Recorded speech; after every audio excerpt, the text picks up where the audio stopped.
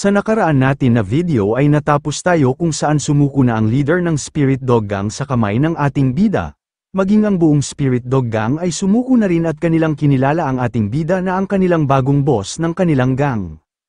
At sa kasalukuyan natuwa si Chu sa ginawang pagluhod sa kanyang harapan ng mga miyembro ng Spirit Dog Gang sa adpa ng isang miyembro ng Spirit Dog Gang na ito lang daw ang pinakamagandang desisyon na kanilang pwede na magawa upang hindi sila mamatay sa kamay ng ating bida. 10 taon na ang nakalipas, ang mga spiritual energy ay sumabog sa itaas ng asul na bituin. Ang lahat na nabubuhay sa mundo ay naligo ng makapal na spiritual na mga enerhiya at ito ay nagdulot upang magkaroon sila ng kakaibang kapangyarihan. Ang karamihan sa kanila ay hindi nila kinaya ang lakas ng puwersa na dumadaloy sa kanilang buong katawan, ang kanilang mga gene ay gumuho at ang kanilang mga katawan ay nag-mutate, na nagiging mga halimaw na uhaw sa dugo. Sa hindi katagalan sila ay naging isang zombie na pag-alagala sa lansangan upang maghanap ng sariwang dugo at laman na kanilang makakain. Ang maliit na bilang ng mga tao na nagawang makaligtas ay nagtataglay ng mga pambihirang mga talento na tinatawag na kapangyarihan ng mga transcendent. Ang mga transcendent ay inuri mula sa unang antas hanggang sa 9 na antas at nakabatay sa kanilang numero ang kanilang spiritual core na kanilang tinataglay. At sinabi din ni Zhao Hong sa ating bida na itong kanila daw city ngayon na ang Donghu City ay isa sa pinakamaliit na city sa buong Lijiang Province. Sila daw ay nasa ilalim ng autoridad ng Yanhan Empire, sila ay mayroon lang 2 major faction, ito daw ay ang kanyang Spirit Dog Gang at ang isa ay ang Black Blade Security Company.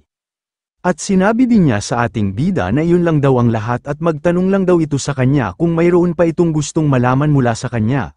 Kahit ano daw ang kinakailangan ng ating bida ay kaya niyang ibigay sa kanya. Agad naman lumingon si Chu sa kinaroonan ni Zhao Hong, sabay kanyang inutusan si Xiao Bao na kunin daw niya itong tao na ito at dalhin doon sa medicinal bath. Nagulat naman si Zhao Hong sa kanyang narinig dahil ano daw ba ang medicinal bath. Sa isip-isip naman ni Chu na sa mga oras daw na ito ang pagproseso ng kanyang corpse refining ay gumagamit ng pinakamahusay na medicinal solution. At nakaya din niyang mapamahalaan ang pagkolekta ng mga sangkap para dito, at ang pagbabad daw sa kanya ng ilang araw ay dapat na magpapalabas sa kanyang pisikal na potensyal, habang siya daw ay kasalukuyan na ni-refine ang oras daw na iyon ay kanyang gagamitin upang mag-set up ng blood transformation array para sa pagsakripisyo ng mga dugo ng mga zombie, at sinabi din niya na itong mga pagkain daw sa modernong mundo ay masyadong masarap. Sa ilang sandali maririnig sa gitna ng mga gusali ang malakas na ingay na paparating, ito pala ay ang ating bida na lumilipad sakay-sakay sa kanyang malaking espada, at kanyang naisip na ang mga spiritual stones daw ay kaya lamang suportahan ang blood battle array sa kalahati lang na oras. Kailangan daw niyang maghanap ngayon ng lugar na mayroong maraming bilang na mga zombie upang kanyang magawang matipon. Ngunit napatigil naman siya sa kanyang paglipad dahil mayroon siyang nakita na mga tao nga na trap sa itaas ng building dahil napapalibutan na sila ng maraming bilang na mga zombie. At dito makikita ang 2 bantay ng matanda na pilit nilang pinipigilan ang mga zombie sa tapat ng pinto upang hindi sila magawang mapatay nito. Sinabi naman ng matanda sa kanyang 2 bantay na itong 3 yunye daw na core na kanilang dala ngayon ay nakuha sa halaga ng maraming buhay ng mga tao kung kaya hindi ito pwede na mawala sa kanila. Dinagdag pa niya na kunin na daw nila ito at iwanan na nila siya dito. Hindi naman sumang-ayon ang kanyang 2 bantay sa kanyang mga utos sa kanila dahil siya daw ang Lijiang Province Science Chief, ang kanya daw buhay ay mas importante pa sa kanila. At huwag na daw itong mag-alala dahil nagpadala na siya ng signal upang i-rescue sila dito ng Black Security Company at kunin sila dito. Sinabi naman ng matanda sa kanila na ang mundo daw ay nagbago na kung kaya maliit na lang daw ang pagkakataon na sila ay ma-rescue dito. Sa ilang sandali hindi na kinaya ng 2 bantay ng matanda na kanilang pigilan ang pintuan sa maraming bilang na mga zombie at kanila na lang itong nabitawan. Dahil sa pagbukas ng pinto ay agad na sumalakay sa kanila ang maraming mga zombie upang gawin nila sila na pagkain. Wala na silang nagawang 3 at napasigaw na lang dahil batid nila na dito na sila mamamatay. Ngunit sa hindi nila inaasahan bigla na lang lumitaw sa kanilang harapan ang malaking espada ng ating bida, at nang akma na sanang kagatin ng isang zombie ang katawan ng isang lalaki ay bigla na lang mayroong liwanag ang tumama sa katawan ng isang zombie. At dito sumambulat sa kanilang harapan na sabay-sabay na inatake ng ating bida ang mga maraming bilang na mga zombie, Hindi naman makapaniwala ang dalawang lalaki dahil sa isang iglap lang ay naubos ang mga maraming bilang na mga zombie na humahabol sa kanila. At makikita din dito ang ating bida na kanya lang tinawanan ang mga zombie habang isa-isa niya itong pinagpapatay. Matapos maubos ng ating bida ang mga zombie sa itaas ng building, agad naman nagpasalamat sa kanya ang tatlo sa pagligtas sa kanilang buhay. Nagtanong naman si Chu sa kanila na kung ano daw ba ang laman ng kanilang dala na case, bakit ito hinahabol ng maraming bilang na mga zombie. Sinabi naman ng matanda sa ating bida na ang laman daw ng kanyang bitbit ngayon ay ang level 3 na psionic core na nagmula sa level 3 na zombie, at nang marinig ni Chu ang paliwanag sa kanya ng matanda ay agad niyang ginamit ang kanyang blood wire upang kanya itong kunin sa matanda para kanyang makita. Nagulat naman ang matanda dahil walang alinlangan na kinuha ng ating bida sa kanyang mga kamay ang level 3 na psionic core. Nagmamakaawa naman ang matanda sa ating bida na pakiusap daw huwag niyang kunin sa kanila ang level 3 psionic core, dahil ang buhay daw nilang taga-science research ay nakadepende na lang sa core na yan. Dahil sa pamamagitan daw ng level 3 core sila ay nagbabaka sakali na makagawa sila ng armas upang tapatan ang mga maraming bilang na mga zombie. Hindi naman nakinig si Chu sa paliwanag sa kanya, bagkus seryoso lang niyang tinitingnan ang level 3 na core, at kanya na lang nasabi habang tinitingnan niya ang core na ito daw pala ang kanilang tinutukoy. Ang core daw na ito ay hindi kahanga-hanga, ang enerhiya daw na nasa loob nito ay hindi pa rin makukumpara sa maliit lang na spiritual stones. Sabay kanya itong hinagis sa matanda dahil hindi daw siya interesado level 3 na core na kanilang sinasabi. Habang ang matanda naman ay nagulat dahil hindi man lang nahuhumaling ang ating bida sa pinakamahalagang level 3 psionic na core. Paano daw niya nasabi na wala itong halaga sa kanya? At habang tuwang-tuwa ang matanda na kanyang tinitingnan ng level 3 core, nagsaad naman sa dalawang bantay ng matanda ang ating bida na kung sila daw bang dalawa ay isang level 1 na transcendent. Sumagot naman sa kanya ang isang bantay na tama daw ang ating bida na sila ay isang level 1 na transcendent. Sila daw ay binigyan ng utos upang kanilang protektahan si Professor Zing upang kanilang ibalik sa kanilang province ng ligtas maging ang psionic core. Tinanong naman ni Chu sa kanilang dalawa na kung sila lang daw bang dalawa, wala na daw ba itong ibang kasama. Sinabi naman ng isang bantay na sila lang daw dalawa ang nandito dahil ang taga-Black Security daw ay pansamantalang hindi nila masasamahan si Professor Zing, at tinanong din sa kanila ng ating bida na kung ano daw ba ang gagawin ng ibang Linjiang Army kapag dumating ang iba dito. Napapaisip naman ang ating bida na kahit daw ang pinakamalakas sa Linjiang Army ay hindi pa rin makukumpara sa Wuji sect sa kanyang nakaraan. Sa magulong panahon daw na ito hindi nila alam kung kailan maglaho ang lahat, at hindi din daw niya sinasadya na kaibiganin ang mga ito. Sabay sinabi sa kanila ng ating bida na kung tutulungan daw nila siya sa kanyang mga gagawin ay tinitiyak niya sa kanila ang kanilang kaligtasan dito upang matagumpay silang makaalis dito. Natuwa naman ang isang bantay at ang matanda sa minungkahi sa kanila ng ating bida, kahit ano daw ang kailangan ating bida ay kanilang gagawin. Ngunit sinabi din ng matanda sa ating bida na kapag lalabanan daw ng ating bida ang mga awtoridad ay wala silang magagawa dahil yun ang kanilang bottom line. Sinabi naman sa kanila ng ating bida na ang kanila lang naman daw gagawin ay manatili lang sa itaas ng rooftop at kanilang akitin ang mga maraming bilang na mga zombie. Hindi naman makapaniwala ang tatlo dahil batid nila na ang kanilang gagawin ay isang pagpapakamatay. Sabay mayroong hinagis na isang talisman sa pintuan ng ating bida, at makikita dito ang mga maraming bilang na mga zombie nga naakit dito. Takot naman ang matanda na kung ano daw ba ang ginagawa ng ating bida. Sinabi naman sa kanila ng ating bida na huwag daw silang mag-alala dahil pinatibay na niya itong pintuan gamit ang talisman.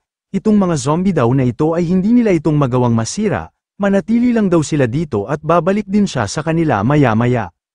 Matapos doon ay agad na nga lumipad si Chu sakay sa kanyang lumilipad na espada upang maghanda ng formation sa pinakamataas na lugar. Sabay kanyang ipinalabas ang Blood Transformation Array upang kanya nang simulan ang kanyang paglagay ng formation sa buong lugar, at agad niyang inutusan ang kanyang item na magsikalat daw ito sa buong lugar. Sa ilang sandali makikita sa lugar na binabalutan na ng Blood Transformation Array upang i-trap ang mga zombie sa loob ng Blood Transformation Array ng ating bida, at makikita din ito na bumagsak sa gitna ng mga maraming zombie. Habang nakatingin si Chu sa itaas, kanya na lang nasabi na itong basic Blood Transformation Array daw ay hindi kayang sakupin ang malaking bilang ng lungsod, ngunit sapat na daw ito sa isang malaking building. At nagpapasalamat daw siya sa enerhiya ng core na pagmamay-ari ng tatlo dahil nagawa nitong maakit ang mga maraming bilang na mga zombie.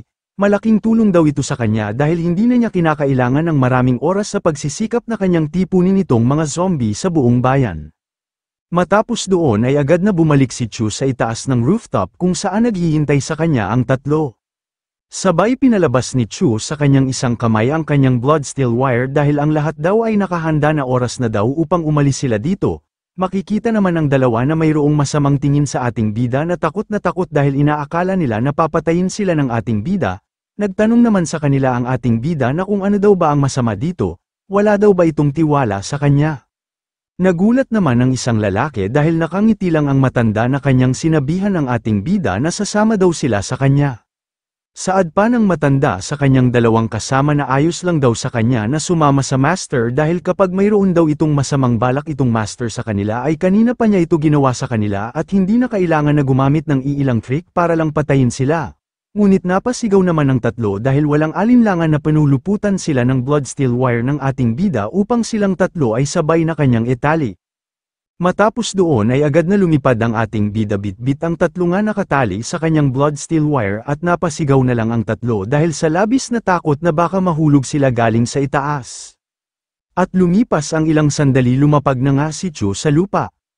Makikita naman ang tatlo na kanilang hinahabol ang kanilang hininga dahil sa labis na nerbiyos, saad pa sa kanilang tatlo ni Chu na sa ngayon daw pwede na nilang tawagan ang kanilang mga rescue at siya naman ay aalis na dito, at nang papaalis na ang ating bida ay nagpapasalamat naman ang matanda sa kanya dahil sa kanyang pagligtas sa kanilang buhay. Maaari daw ba na kanyang malaman kung ano ang pangalan ng master na nagligtas sa kanila? Sinabi naman ni Chu sa matanda na ang kanya daw pangalan ay si Chu Zuan.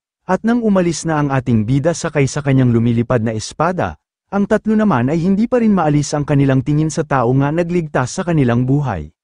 Sinabi pa ng matanda sa kanyang dalawang bodyguard na ang ating bida daw ay higit pa ang kanyang magagawa sa isang transcendent, ang kanya daw magagawa ay katulad ng kanilang Linjiang province, ang tao daw na tumulong sa kanila ngayon ay isang totoong cultivator. Kailangan na daw nilang magmadali na makabalik upang kanilang ibalita sa kanilang general ang kanilang mga nalaman. Samantala makikita naman ang ating bida na bumalik sa lugar upang kanya nang i-activate ang kanyang ginawang formation array, at nang mag-activate na ang kanyang ginawang formation makikita ito na nagpapalabas ng mga makakapal na mga demonic aura patungo sa mga zombie na nasa loob ng kanyang formation.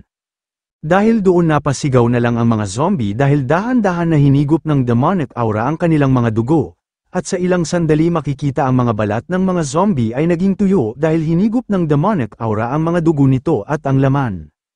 Tuwang-tuwa naman ang ating bida sa kanyang nagawa dahil gaya daw ng kanyang inaasahan sa blood transformation array ay namumukod tangi ang kahusayan, itong mga blood beads daw na kanyang nakuha ngayon ay sapat na upang tumuntong siya patungo sa 9th layer of chi refinement. Dahil sa labis na tuwa ng ating bida ay napatingin na lang ito sa kalangitan dahil sa ibinigay daw nito na swerte sa kanya ngayong araw. Ngunit napatigil naman siya dahil nakita niya ang maraming mga gintong bulaklak ang nakakalat sa kanyang buong paligid at kanya na lang nasabi na ito daw ang merit ng golden flower. Itong umuulan daw na mga golden flower ay nagpapahiwatig na binigyan siya ng biyaya na napakalaking merit. At naisip din niya na kaya daw ba siya binigyan ng biyaya dahil napuksa niya ang mga maraming bilang na mga zombie. Pinagmamalaki naman ni Chu ang kanyang sarili dahil sa kabuuhan daw ng kasaysayan ng mga demonic cultivator mabigat sa kanila ang karma sa kanilang pagpatay, at kung hindi nila binababa ang makalangit na kidlat at apoy ay maswerte na sila. Upang matrigger ang fenomeno ng merit ng golden flower dapat kanya daw itong kayanin. At mas lalong namangha ang ating bida ng kanya nang nahawakan ang golden flower dahil ganito daw pala ang pakiramdam ng binigyan ng biyaya ng merit. Ang sa tingin daw niya sa kanyang sarili ngayon ay parang nadaragdagan ang kanyang lifespan, at mayroon din daw siya ngayon na hindi maipaliwanag na pakiramdam, ito daw ba ay ang epekto ng fortune's blessing. At napangiti na lang ito dahil hindi na daw nakakagulat sa mga matutuwid na mga cultivators ay patuloy na sumisigaw patungkol sa pagpuksa ng mga masasamang mga demonyo, dahil pala sa kanilang matatanggap na biyaya ng merit, kung siya daw ay maghahandog ng 10,000 o 100,000 at kahit na bilyon na mga demonyong zombie sa hinaharap, siya daw ay magkakaroon ng walang katapusan na mga merit, ang kanya daw lifespan comprehension, at swerte ay tataas ng walang tigil. At kung magkaganon ang kanyang landas patungo sa sainthood sa kanyang katawan ay walang duda na kanyang maabot ng napakabilis. At dako naman tayo sa tapat ng pintuan ng Black Security Company. Dito makikita ang isang lalaki na kanyang sinabihan ang lalaki nga nakaupo sa kanyang harapan na nagpadala na daw siya ng mensahe kay Mr. Zing at ng iba pa niyang kasama. Ngunit kahit ano daw tanong sa kanila hindi daw nila masasabi na kung bakit walang mga dugo ng zombie doon. Si Mr. Zing daw ay kanyang iniiwasan ang kanilang mga tanong sa kanya, sa tingin daw niya kanyang tinatago ang mga nangyari doon, at ang lalaki naman na nakaupo sa kanyang harapan ay abala sa kanyang paglalaro ng Mobile Legend dahil malapit na itong matalo. Sinabi naman ng lalaki na addict sa Mobile Legend na parang ganoon din daw ang nangyari sa Spirit Dog Gang Headquarters, kailangan daw niya silang puntahan doon at tanungin si Zhao Hong kung ano daw ba talaga ang nangyari.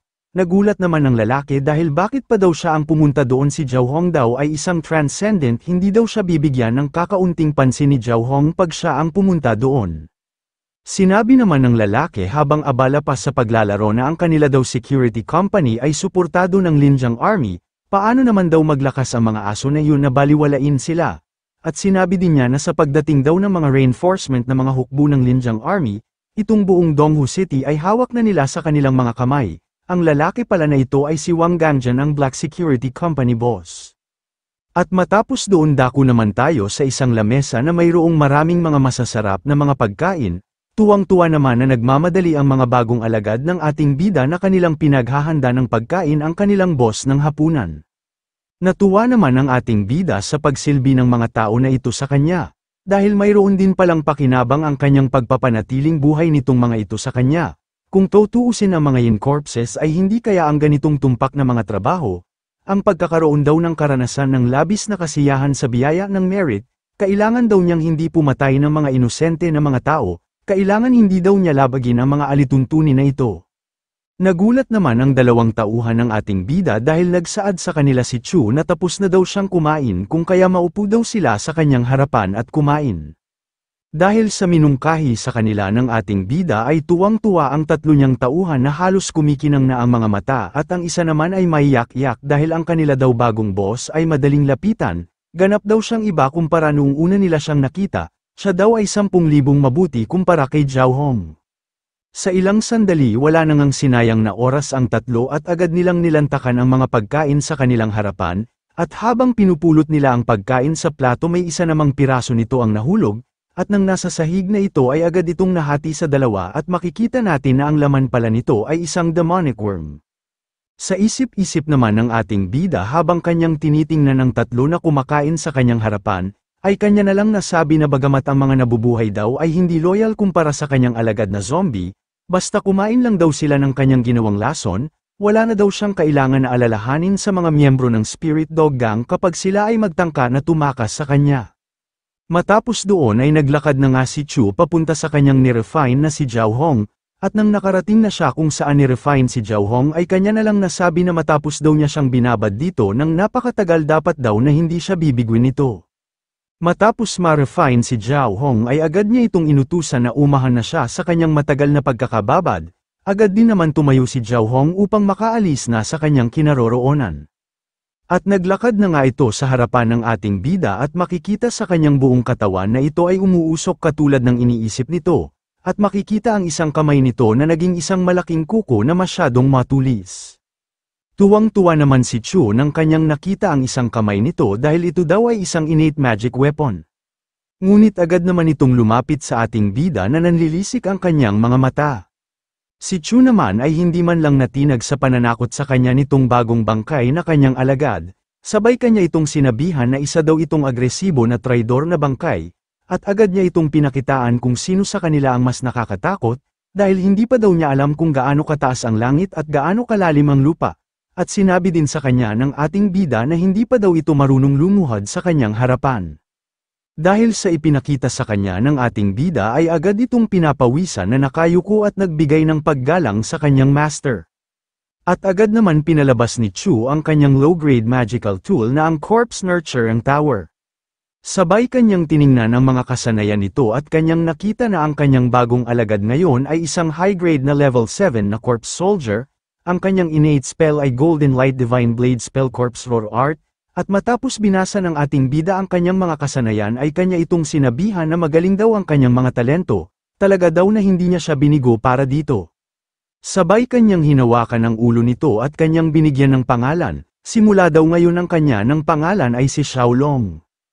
Matapos mapaamo ng ating bida si Xiaolong ay kanyang tinawag ang dalawa pa na mga kasama nito, at kanyang inutusan si Xiaolong na kanya daw sundan si Xiaoxi, at kanya din inutusan si Xiao Bao na gawin daw niyang pamilyar ang kanyang sarili dito sa lugar. Sila daw dalawa ni Xiaoxi at Xiao Bao ay kanilang ituro kay Xiaolong kung ano ang mga rules niya sa kanyang pamumuno.